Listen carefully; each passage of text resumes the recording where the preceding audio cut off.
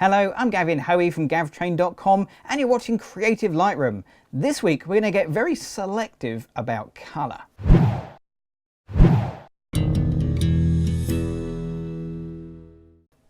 Now, colour pictures are great, and often a really bright coloured picture can be super eye-catching, real colour popping effect, but sometimes you can have too much colour in your picture. So in this video I'm going to show you a way to simplify the colour scheme down by selecting just a few colours to show in your picture, leaving everything else as black and white.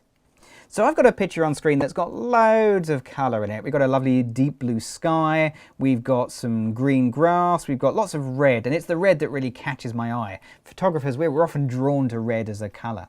There's also some weird colours here as well, which isn't kind of green, it isn't blue. I suppose that might be classed as cyan, whatever colour cyan is. I'm guessing that's probably it. So what I want to do is get rid of all of the colours apart from maybe just the reds, but maybe the cyans as well, we'll see.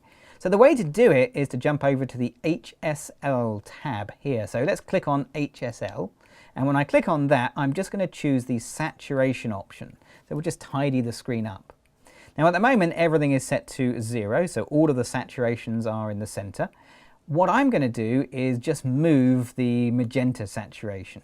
So coming down to the bottom, and I'm going to move it to the left, all the way over, -100. Now what I've done there is I've said to Lightroom, have no saturation in the magentas in this picture.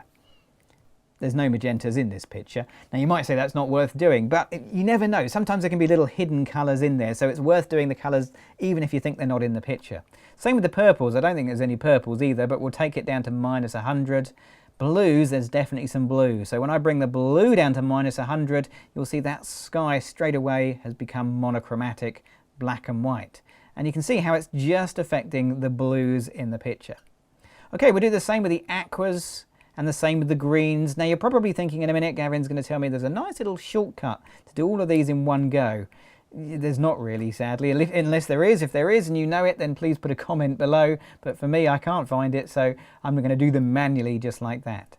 And that leaves me with just the reds in the picture.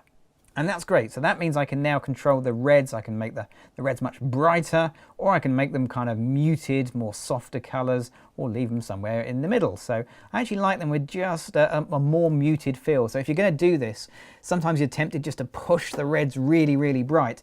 Just pull them back a little bit. Don't have them overly powerful. I could do just the aquas. Look, we could have, there we are, look, that is just that bit that's aqua. But, oh no, there's a bit on that grandstand behind as well, so I reckon that is, I think I'll leave that out. I'm just going to leave the reds in the picture. Now I'm looking at the reds here and on this little hut. So on the deck chair and on the hut, they look great. But when you start to look around, there are reds everywhere in this picture. There's reds on that sign behind him. There's reds on the guy's scarf. There's reds in the skin tones, but not everywhere. Obviously there's red down here too. But also there's hints of red on the path or on the track. This is a racing track. So I've got to get rid of those as well.